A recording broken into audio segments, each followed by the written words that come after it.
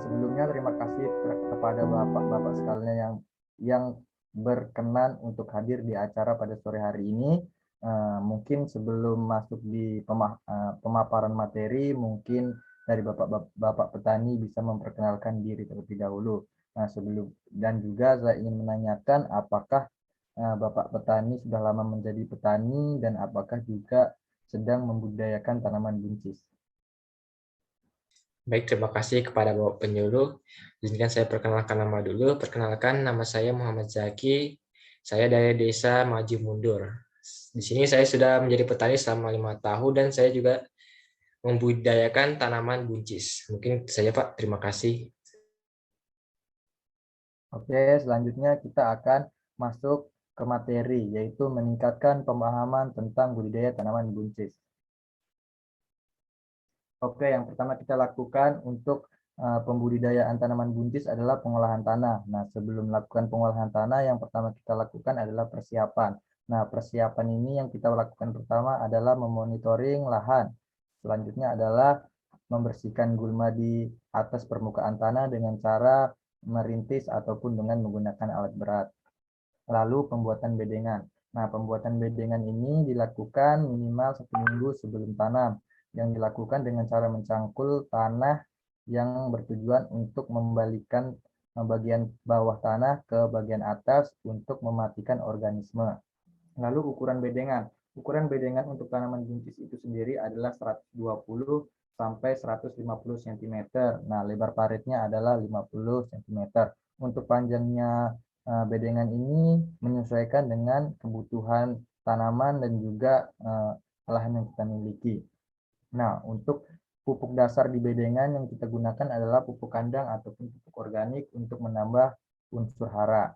Nah, kegemburan tanah. Nah, kegemburan tanahnya ini untuk tanaman buncis tidak boleh terlalu gembur dan juga tidak boleh terlalu bergumpal, karena jika terlalu gembur maka tidak ada cermin sinar matahari yang menuju ke stomata bawah daun. Nah, selanjutnya budidaya buncis. Nah, untuk membudidayanya ada langkah-langkah yang harus dilakukan dengan tepat. Yang pertama adalah pemilihan benih. Nah, benih yang kita pilih harus disesuaikan dengan musim tanam. Contohnya pada musim tanam yang musim penghujan, maka kita harus memilih benih yang sesuai agar tidak mengalami kerontokan. Lalu yang kedua, penanaman. Nah, penanaman pada buncis ini dilakukan dengan cara ditugal dengan dalam 3 sampai 7 cm dan jarak tanamnya adalah 70 sampai 70 kali 40 cm. Nah, yang ketiga adalah pemupukan. Nah, pemupukan ini ada beberapa tahapan pemupukan. Yang pertama adalah pemupukan dasar yang seperti yang dilakukan pada pengolahan tanah, yaitu menggunakan pupuk kandang, TSP dan KCL. Lalu ada pupuk tambahan yang diberikan seperti pupuk urea dan NPK yang gunanya untuk memberikan unsur tambahan dan juga merangsang pertumbuhan tanaman. Yang selanjutnya adalah pemeliharaan. Nah, di pemeliharaan ini ada beberapa, yaitu penyiangan, penyiraman, pembumbunan, dan penyulaman. Nah, penyiangan ini adalah membersihkan gulma di sekitar tanaman untuk menghindari persaingan perebutan unsur hara, sinar matahari, dan terjadinya alternatif hama penyakit. Terus penyiraman. Nah, penyiraman ini bertujuan untuk memberikan kebutuhan air pada tanaman. Pembumbunan. Nah, pembumbunan ini adalah melakukan penimbunan pada bagian akar tanaman buncis untuk memperkokoh tanaman. Nah, penyulaman. Nah, penyulaman ini dilakukan kepada tanaman buncis yang tidak tumbuh ataupun memiliki pertumbuhan yang kurang baik.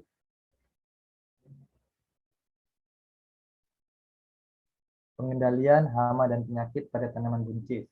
Nah, untuk mencegah serangan hama dan penyakit, perlu diperhatikan sanitasi lahan dan drainase yang baik dan jika perlu menggunakan pestisida. Nah, yang perlu diperhatikan adalah sanitasi lahan. Yang dimaksud sanitasi lahan di sini adalah membersihkan lahan di sekitar tanaman dari bekas-bekas tanaman yang telah mati ataupun gulma untuk menghindari penularan penyakit. Terus pestisida ini digunakan hanya sebagai langkah langkah terakhir dengan ambang ekonomi tertentu. Untuk melakukan pengaplikasian pestisida ini haruslah memenuhi syarat seperti dosis dan waktu aplikasi. Jika tidak memenuhi syarat tersebut, maka akan terjadi namanya resistensi hama dan juga terbunuhnya hama penting bagi tanaman.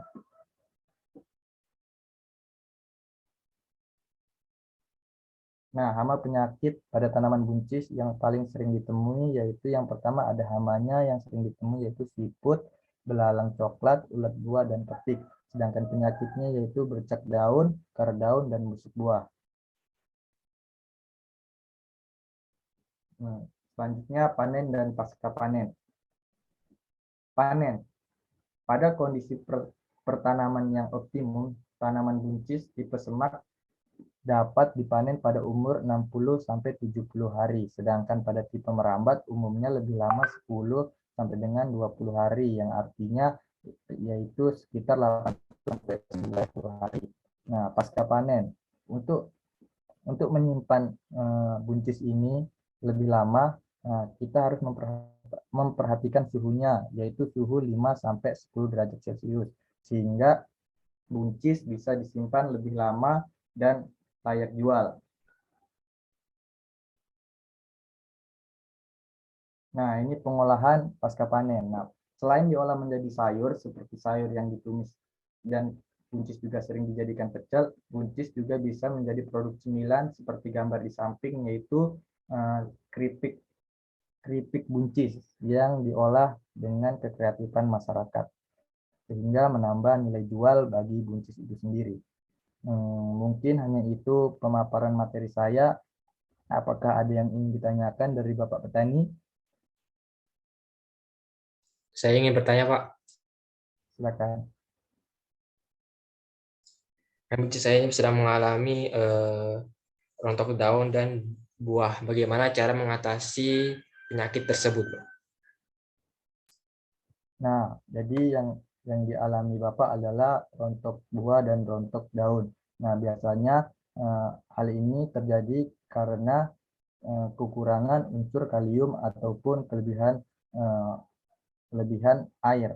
Nah, jadi untuk mengatasinya adalah kita harus memberikan pupuk kalium ataupun dengan cara disemprot di bagian bawah daun dan juga diberikan pada tanahnya.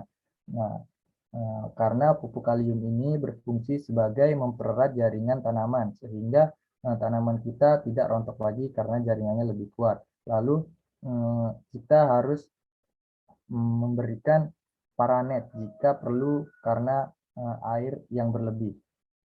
Mungkin hanya itu. Apakah bisa dimengerti, Pak? Baik, saya bisa mengerti. Terima kasih atas jawabannya. Sama-sama, Pak. Nah, mungkin dari pemaparan materi saya hanya itu saja. Kurang lebihnya mohon dimaafkan. Semoga kegiatan kita pada sore hari ini bisa bermanfaat. Kurang lebihnya saya mohon maaf. Saya Depri Fajar, pamit undur diri. Wabillahi taufiq wal hidayah. Wassalamualaikum warahmatullahi wabarakatuh. Waalaikumsalam warahmatullahi wabarakatuh.